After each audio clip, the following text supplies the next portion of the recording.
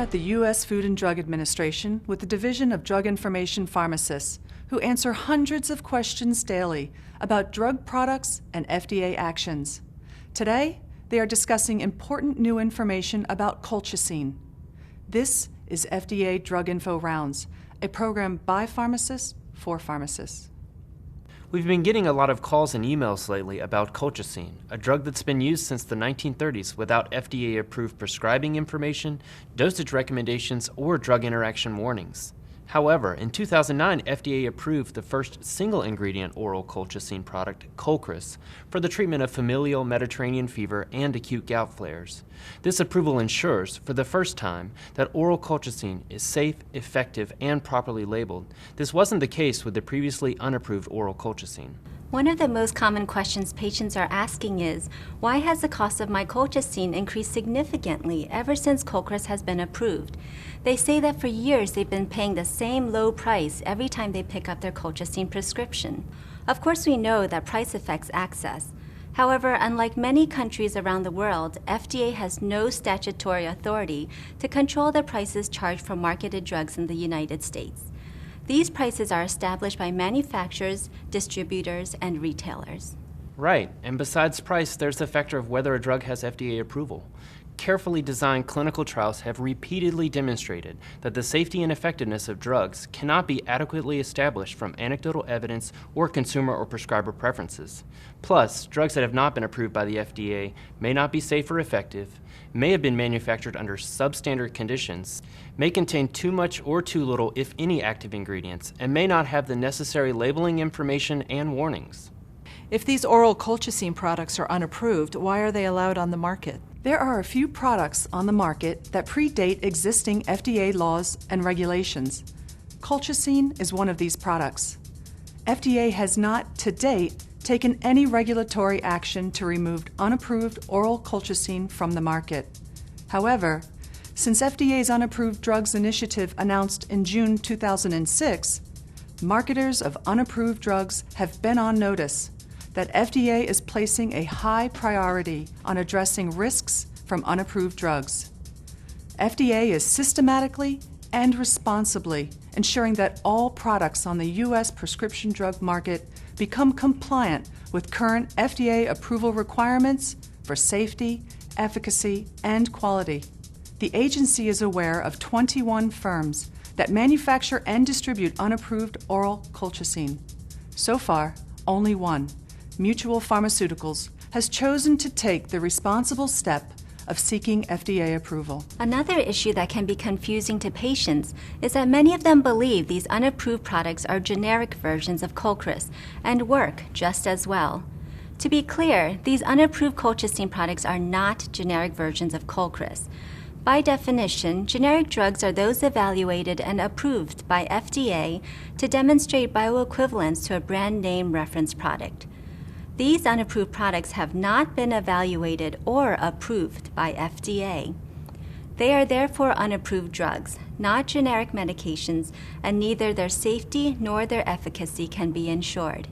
Why is FDA concerned about safety and efficacy when colchicine has been on the market for years? Let's look more closely at this issue. During the drug review process for Mutual's product Colchris, FDA identified two previously uncharacterized safety concerns associated with the use of colchicine. First, FDA analyzed safety data from adverse events reported to the agency, the published literature, and company-sponsored pharmacokinetic and drug interaction studies.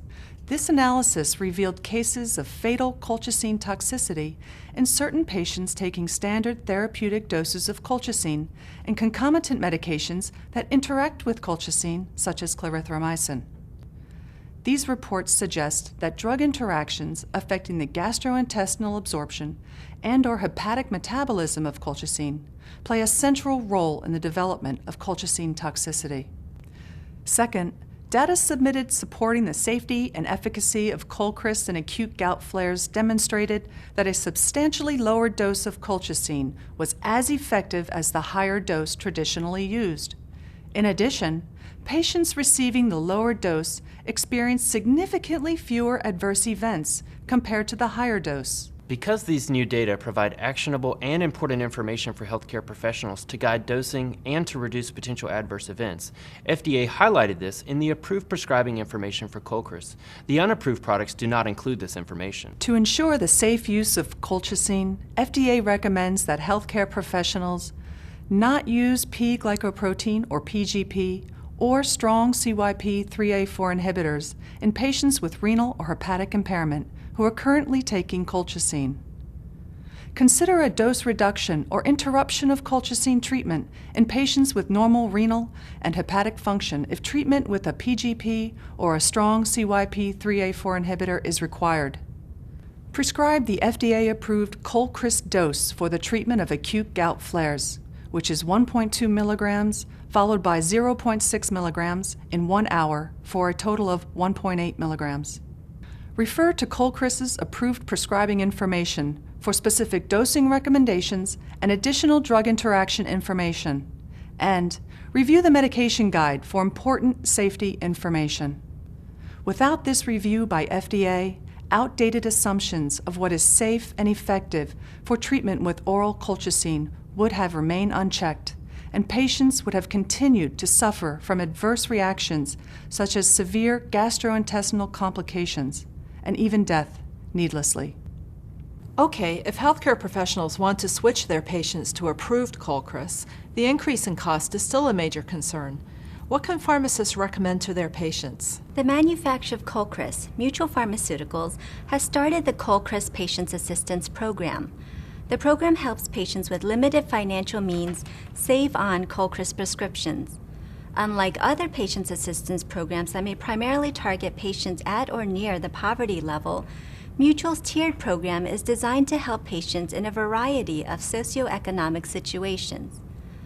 By making healthcare professionals aware of the differences between unapproved colchicine and the approved product Colchicine, and by giving them a plan to help offset the cost, they can improve the health of their patients while helping them save money. Thanks for joining the FDA pharmacists at their Drug Info Rounds, the first of a series inside the FDA.